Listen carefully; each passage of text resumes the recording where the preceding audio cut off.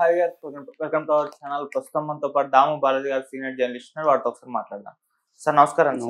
Sir భారత ఆర్మీలో పాకిస్తాన్ ఏజెంట్లు ఉన్నట్టుగా గుర్తించింది. ఇప్పుడు ఒకరిని పట్టుకుంది, ఇంకా చాలా మంది ఉన్నట్టుగా కూడా తెలుస్తుంది. అయితే ఈ పట్టుకున్న వ్యక్తి ఎవరు, మరి అతను ఎటువంటి ఇన్ఫర్మేషన్ ఇప్పుడు పాకిస్తాన్ చేరవేశాడు, ఇప్పుడు అతన్ని ఇన్వెస్టిగేషన్ చేస్తున్నారు కదా, ఇప్పటివరకు ఎటువంటి అంశాలు అతని దగ్గర నుంచి బయట పెట్టారు, అంటే ఇతను పహల్గామ్ ఉగ్రదాడిలో కూడా ఉన్నట్టుగా కూడా చెప్తున్నారు. సో ఏంటి ఇతను, ఎవరితను? ఇదొక సంచలనమైన విషయం అని చెప్పాలి. ఎందుకంటే ఇప్పటి వరకు అనేక మంది సివిలియన్స్ ని ఎస్పినాజ్ చార్జెస్ కింద, అంటే గూఢాచర్యం కింద అరెస్ట్ చేశారు. దాదాపు హర్యానా, ఉత్తరప్రదేశ్, గుజరాత్ ఈ రాష్ట్రాల నుంచి దాదాపు 15 మెంబర్స్ని ఇప్పటి వరకు అరెస్ట్ చేశారు.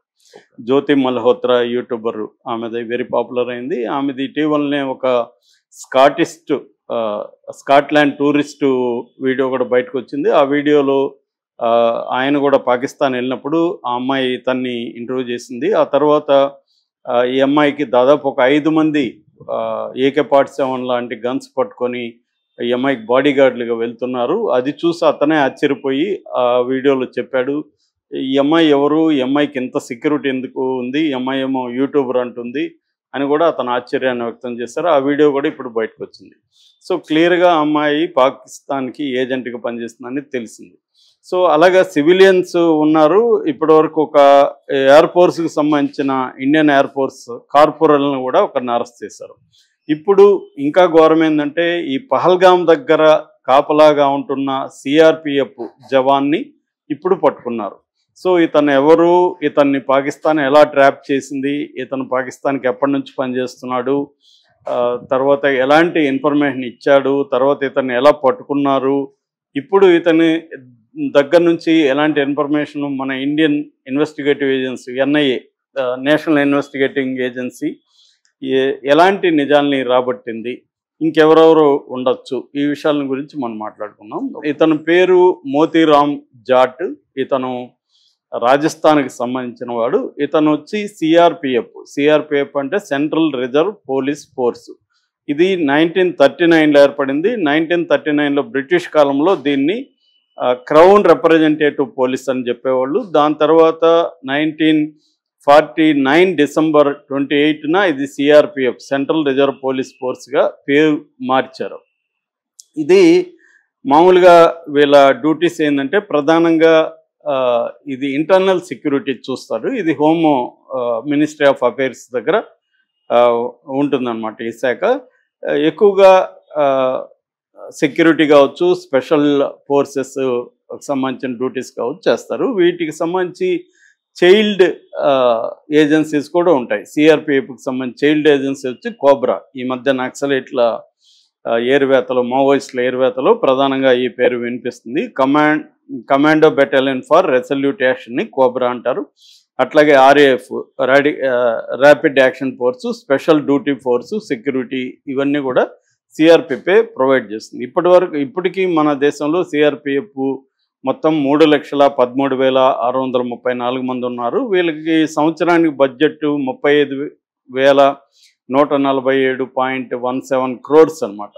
అంటే 35,000 కోట్లు యాన్యువల్ బడ్జెట్ ఈ CRPFకి.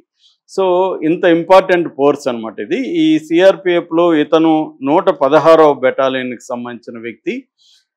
మామూలుగా ఇతను ASIగా పనిచేస్తున్నాడు, అసిస్టెంట్ సబ్ ఇన్స్పెక్టర్ ర్యాంక్ అనమాట. ఈ ర్యాంక్ వాళ్ళకి శాలరీస్, స్టార్టింగ్ శాలరీ 29,200తో స్టార్ట్ అవుతుంది జాయిన్ అవగానే.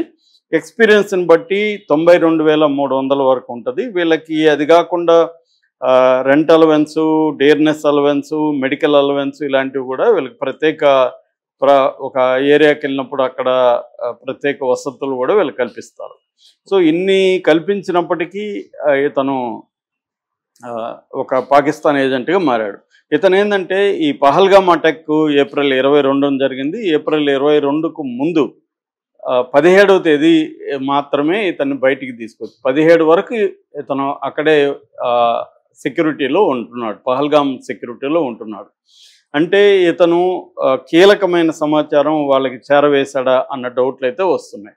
సో ఇతన్ని ముందుగా ఎలా పట్టుకున్నారో చెప్తాను. దాని తర్వాత ఎటువంటి సమాచారం ఇతను పాకిస్తాన్కి ఇచ్చారో చూద్దాం. సో ఇతన్ని ఎలా పట్టుకున్నారంటే, మామూలుగా ఇతను ఏం చేస్తున్నాడంటే సోషల్ మీడియాలో యాక్టివ్గా ఉంటున్నాడు.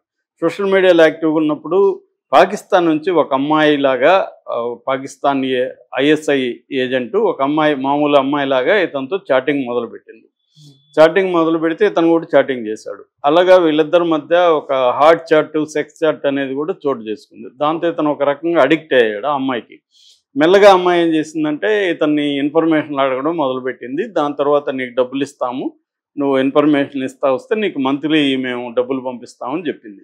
సో ఆ అమ్మాయి ట్రాప్లో పడి డబ్బులకు ఆశపడి ఇతను ఏం చేశాడంటే ఇన్ఫర్మేషన్లు ఇవ్వడం మొదలుపెట్టాడు.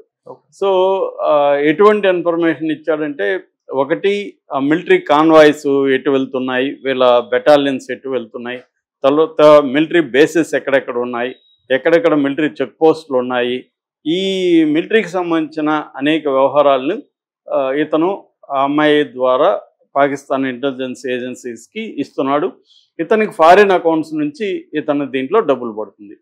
సో మామూలుగా ఏం చేస్తారంటే ఈ సిఆర్పిఎఫ్లో ఇంటెలిజెన్స్ వింగ్ ఉంటుంది. ఆ ఇంటెలిజెన్స్ వింగు వాళ్ళ సభ్యులందరి మీద, సిఆర్పిఎఫ్ అధికారులందరి మీద, సైనికుల మీద, జవాన్ల మీద ఒక నిఘా అయితే పెట్టుంటుంది. ముఖ్యంగా సోషల్ మీడియాలో వీళ్ళు ఎట్లా ఎవరితో స్నేహం చేస్తున్నారు ఇవన్నీ వాళ్ళు కూడా చెక్ చేస్తుంటారు. అలాగా ర్యాండమ్గా చెకింగ్లో ఇతని మీద డౌట్ వచ్చింది. ఇతను ఏదో చేస్తున్నాడు, ఎవరు అమ్మాయితో హాట్ చాట్లు ఇవన్నీ చేస్తున్నాడు, అమ్మాయి ఎవరు అంటే అమ్మాయి పాకిస్తాన్లో ఉందనే విషయం వీళ్ళకి అర్థమైంది. సో దాని తర్వాత ఇతను బ్యాంక్ అకౌంట్ల మీద నిఘా పెట్టారు. బ్యాంక్ అకౌంట్లలోకి ఫారిన్ నుంచి డబ్బులు వస్తుందనే విషయం అర్థమైంది. అర్థమయ్యేసరికి వీళ్ళు ఒక ఇంటర్నల్ ఎంక్వైరీ చేశారు ఇతని మీద. చేసినాక ఇతను ఖచ్చితంగా పాకిస్తాన్కి సమాచారం చేరవేశాడు అనేది సిఆర్పిఎఫ్ ఇంటెలిజెన్స్ వాళ్ళకి తెలిసింది. దాంతో వీళ్ళు ఎన్ఐఏకి అప్పగించారు, ఇతన్ని నేషనల్ ఇన్వెస్టిగేటివ్ ఏజెన్సీకి అప్పగించారు. వీళ్ళు మళ్ళీ ఫర్దర్గా ఎంక్వైరీ చేసి ఖచ్చితంగా ప్రైమా ఫేసి ఎవిడెన్స్ ఉందని తెలిసిన తర్వాత సిఆర్పిఎఫ్కి వీళ్ళు కూడా చెప్పారు. దాంతో సిఆర్పిఎఫ్ రూల్స్ ప్రకారం ఇతన్ని ఉద్యోగం నుంచి డిస్మిస్ చేశారు.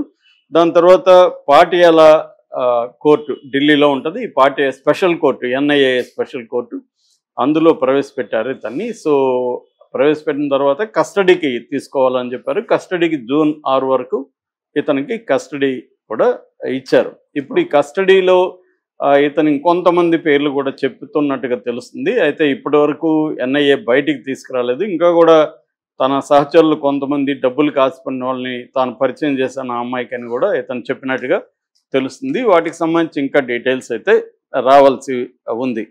ఇదేంటంటే బేసిక్గా పాకిస్తాన్ మన దేశంలో సివిలియన్స్ని, మిలిటరీ పీపుల్ని పడగొట్టడానికి కొన్ని మెథడ్స్ ఎంచుకుంటుంది.